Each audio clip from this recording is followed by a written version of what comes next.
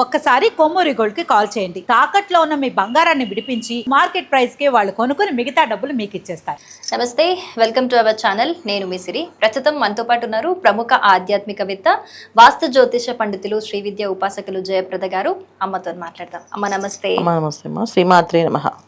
అమ్మ, ఇప్పుడు శ్రావణ మాసం రాబోతోంది. మరి శ్రావణ మాసంలో మంచి పండగల సీజన్ అని చెప్పుకోవాలి. అలాగే పూజలు వ్రతాలు చేసుకోదగ్గ సీజన్ కూడా.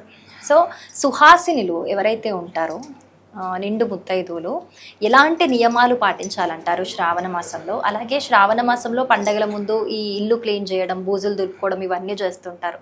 వాటికి కూడా ఏమైనా నియమాలు ఉంటాయా? అలాగే ఈ దేవుడి పటాలు శుభ్రపరచడానికి కూడా శ్రావణ మాసంలో ఏమైనా నియమాలు? తప్పకుండా శ్రావణ మాసంలోనే చేయాలని ఏం లేదన్న, మనం ఆషాఢ మాసంలో చేసుకోవచ్చు. ఒక రోజు ముందు రోజు మనం చేసుకుని పెట్టుకోవచ్చు. ఇదంటే ఆ రోజు చేయలేదు. ముఖ్యంగా ఏంటంటే ఇక్కడ శుభ్రత అనేది ఎప్పుడు పాటించాల్సింది. ఇది ఒక మాసంలో చేస్తే కాదు, ప్రతిరోజు శుభ్రత ఉండాల్సింది. ఇప్పుడు మన ఇల్లు ఎంత శుభ్రంగా ఉంచాలనుకుంటామో దేవుడి దగ్గర కూడా అంతే శుభ్రంగా ఉంచుకోవాలి. ఇప్పుడు దేవుడి దగ్గర విగ్రహాల దగ్గర ఏదైనా నూనె వెలిగిన, నెయ్యి ఒలిగిన, కాస్త ఏమైనా అటు ఇటుగా మన అగరవత్తులది బూడిద పడిన ఇవన్నీ వెంటనే క్లీన్ చేసేసుకోవచ్చు. వాటికి వారం వరకు వెయిట్ చేయని అవసరం లేదు. వెంటనే శుభ్రంగా దేవుడు అనగానే శుభ్రంగా పొద్దున్నే లేచి శుభ్రంగా దేవుడి గది శుభ్రంగా తుడుచుకున్నట్టుగా దేవుడి మీద ఫోటోలు పెట్టిన ఆ ఫ్రేమ్ ఏదైతే మనం ఉంటుందో ఆ గట్టు అది కూడా శుభ్రంగా తుడుచుకోవాలి. చాలా మంది ఆ పేపర్ వేసేస్తారు, ఆ పేపర్ తీయకుండా మళ్ళీ వారం కొంచెం పేపర్ తీయాలనుకుంటారు. అలా లేదు, పేపర్ కొంచెం ఏదైనా పడింది అంటే అది వెంటనే తీసేయాలి. అయితే మంగళవారము శనివారాలు మాత్రం చేయకుండా మిగతా రోజులు చేయొచ్చు. మంగళవారం శనివారం చేయకూడదు. మంగళవారం కానీ శుక్రవారం కానీ చేయకూడదు. శనివారం కాదు. అంటే ఇంట్లో క్లీనింగ్ కూడా చేయకూడదు.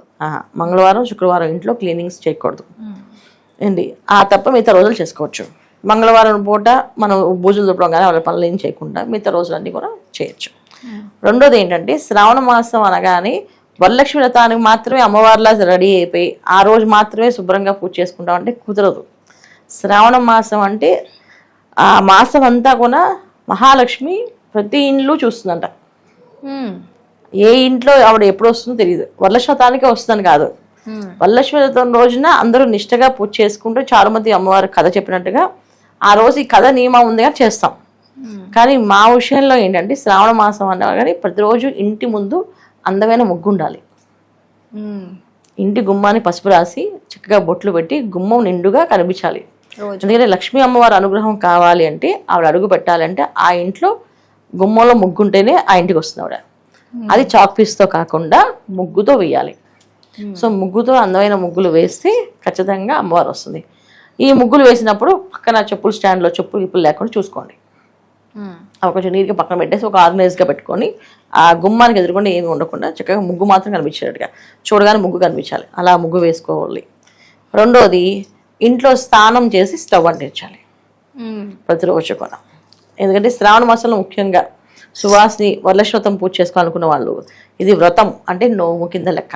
నోము అంటే ఏంటంటే దానికి ఆచరించవలసిన నియమాలు పద్ధతులు ఎక్కువ. స్నానం చేసి స్టవ్ అంటించాలి. ఇప్పుడు చాలా మంది ఇంట్లో దీపం పెట్టాలి అంటారు కదా. ఇంట్లో దీపం అంటే ఏంటంటే అగ్నేయంలో వెలిగించే దీపాన్ని ఇంట్లో దీపం. అంటే స్టవ్ వెలిగించడం మొదటి దీపం. అందుకని ఆడవాళ్ళని స్నానం చేసి ఆ దీపం వెలిగించారు. పూర్వం ఏంటంటే పొయ్యికి కూడా మంచిగా ఆవు పేడతోటి అలికి ముగ్గు వేసి బొట్టు పెట్టుకొని అప్పుడు ఆ పొయ్యి వెలిగించేవాళ్ళు. ఇప్పుడు మనం గ్యాస్ స్టవ్ కదా, సో గ్యాస్ స్టవ్ దగ్గర ఏం చేస్తాం, కొంచెం పసుపు వేసి ఇలాగా రాసి కాస్త ఒక బొట్టు పెట్టి మొదటి పాలుతో ప్రారంభం చేయాలి. ప్రతిరోజు కూడా శ్రావణ మాసం అంతా కూడా మొదటి పాల గిన్నెతోటి ప్రారంభం చేయాలి స్టవ్ మీద. అది చేస్తే మన ఇంట్లో సిరి తాండవం చేస్తుంది. అంటే మహాలక్ష్మి తాండవం చేస్తుంది చక్కగా. సో పాల గిన్నె ఎప్పుడు పాలతో పెట్టడం, ఆ గిన్నె పెట్టినప్పుడు కాస్త పసుపు రాసి బొట్టు పెట్టి ఆ గిన్నె పెడితే ఇంకా మంచి విశేషం. మనం కూడా ప్రతిరోజు నీళ్ళలో ఇంత చిటికెడు పసుపు వేసుకొని స్నానం చేస్తే ఏ దోషం లేకుండా పోతుంది.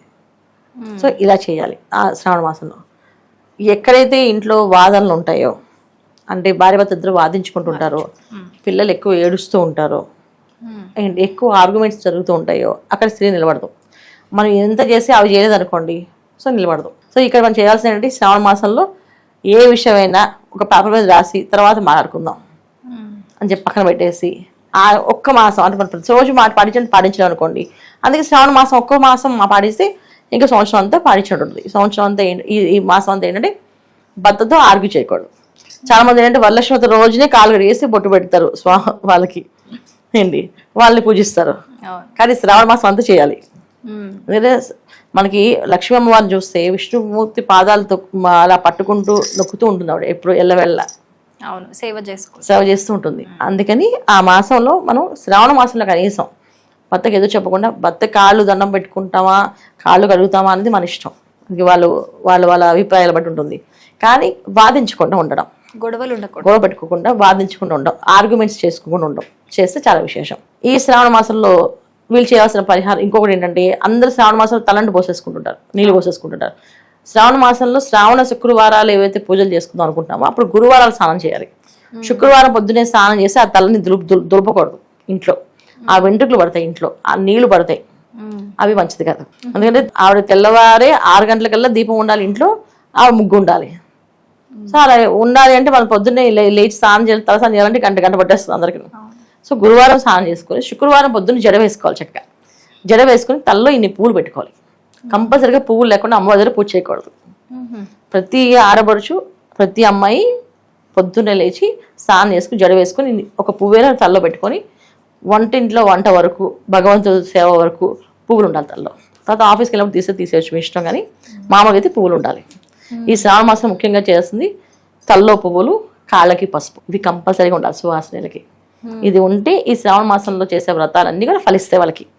ఒక్కరోజు చేస్తే కాదు, అన్ని రోజులు మొత్తం ఫలిస్తాయి. రోజు పసుపు రాసుకోవడం, ఇంత పసుపు వేసుకుని స్నానం చేయడం, తలలో పువ్వులు పెట్టుకోవడం, ఇవి చేయాలి. ఇక వరలక్ష్మి వ్రతం రోజున వ్రతానికి కావాల్సిన ఆచారాలు ఏంటంటే ఎవరి ఇంట్లో ఆచారం వాళ్ళు. కొంతమంది ఇంట్లో 5 రకాల పిండి వంటలతో ఆచారం ఉంటుంది, కొంతమందికి 9 రకాలు చేస్తారు. సో కొత్తగా పెళ్ళైన దంపతులు మాత్రం 5 ఏళ్ళు వాళ్ళకి 9 రకాల పిండి వంటలు ఉంటాయి. సో బ్రాహ్మణ్ణి పిలిచి భార్యాభర్తలు ఇద్దరు కూర్చొని వ్రతం చేయించుకొని బ్రాహ్మణికి దానం ఇవ్వాలి. 9 పూరీలు, 5 గారెలు, 3 గుప్పెళ్ళు పులిహార ఒక పళ్ళెంలో పెట్టి ఆయనకి వాళ్ళకి స్తోమత కలిగి ఉంటే పంచ వస్త్రగణం ఖచ్చితంగా పెట్టి తాంబూలంగా ఇవ్వాలి బ్రాహ్మణికి. తర్వాత సువాసినికి ఒక తాంబూలం ఇవ్వాలి. అందరూ ఏం చేస్తారు, సాయంత్రం సువాసినికి తాంబూలం ఇస్తుంటారు. వరలక్ష్మి వ్రతం రోజున ఒక అమ్మవారిని వరలక్ష్మి అమ్మవారిగా కూర్చోబెట్టాలి మనం.